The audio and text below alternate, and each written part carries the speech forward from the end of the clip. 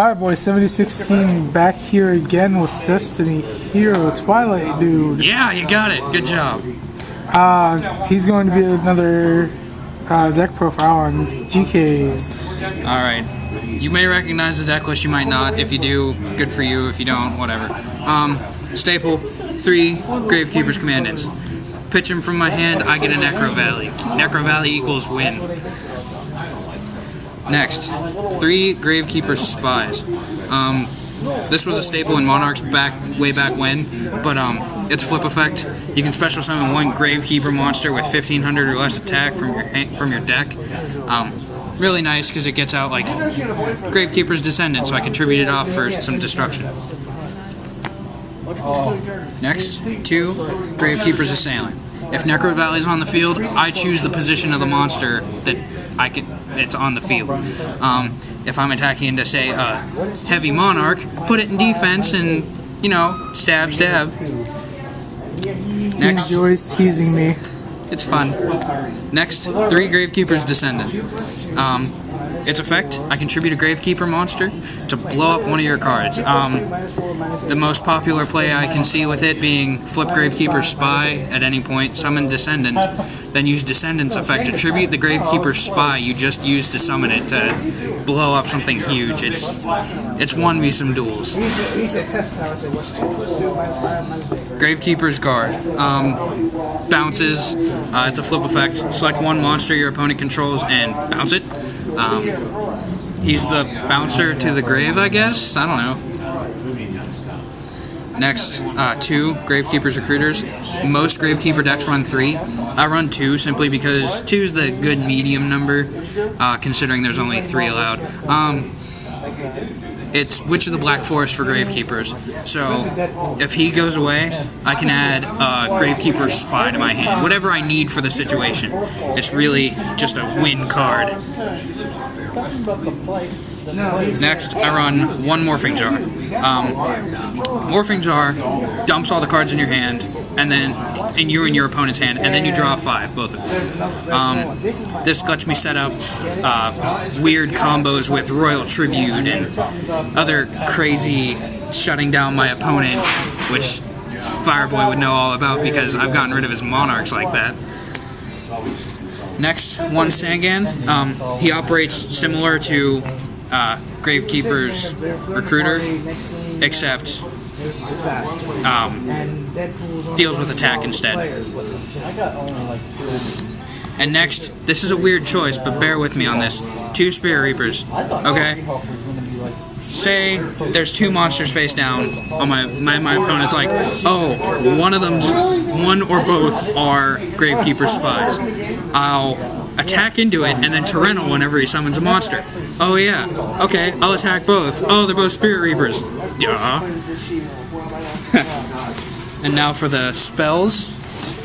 I run 2 copies of Royal Tribute, because that's what the legal limit is. And over the limit, under arrest, by the way.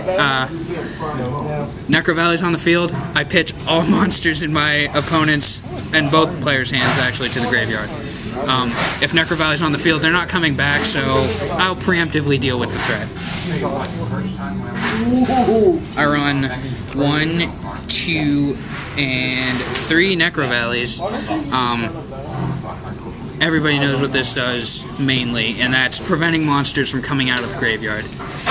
But its other effect is it gives all of my Gravekeepers a nice 500-point attack and defense boost. And in the words of Charlie Sheen, that's by winning right there. Why do I have a feeling you're going to be like the pro Winston of this team? He is the pro Winston of this team. I run 3 copies of Gravekeeper Stele. It gets around Necro Valley, and it lets me add 2 Gravekeepers monsters from my deck or my graveyard to my hand. Very full of win if you want to get back, say, Commandant, so you can pitch it for another Necro Valley or whatever. Run 2 Mystical Space Typhoons, Spell Trap Removal, staple. Burden of the Mighty. If you're gonna come at me, bro, with something with more attack than, say, my Spy's defense. Oh, guess what? 2,500 point wall you're hitting. And then finally, Book of Moon puts stuff face down, most commonly used with Spy to give me some more Gravekeepers to launch at you. And that was the video. Thanks to our wannabe pro Winston of the team. Anyway, don't forget traps. Oh wait, yeah. Duh. I forgot about that. If you're paying attention at home, you might notice I'm short a couple cards. Anyway, now to actually finish off that list, I run one Torrential Tribute because it gets rid of monsters. It's pro. One Royal Oppression. Okay. Now, in a deck that runs off special summoning off of another monster, you may think Royal Oppression's weird. But the ruling for anything like that is you can't activate an effect like that during the damage step, I do believe. It's one of those weird, your opponent can't stop my special, you can't stop my special summoning if you're attacking. Solemn Judgment, cut your life points in half, negate anything. Mirror Force, if your monsters are in attack position, you're not attacking after this. I got a stupid question. 2 bottomless trap holes. If it's over 1,500 attack points, it's removed from play. Divine Wrath, if you're using a monster effect, I can pitch one of my cards and negate that. 2D Prisons, you come at me, bro, you're getting removed from play. And finally, 1 Dust Tornado for the spell trap removal, and then I can like set Gravekeepers delay or something stupid like that. I have an extra deck, but you've already seen it if you've seen the other videos. Catastor, if it's not dark, it's destroyed automatically. Bryanak, Bounce. Colossal Fighter, Windbag with more wind from summoning from the graveyard. Iron Chain, Mill to Death. Scrap Dragon staple now because he blows everything up. Black Rose Dragon because it blows everything up. Or if I wanted to stay around, I have 2,400 points. Stardust negates destruction. Red Dragon Archfiend Powerhouse. And that's it. Let's get this right this time so I'm not screwing everything up.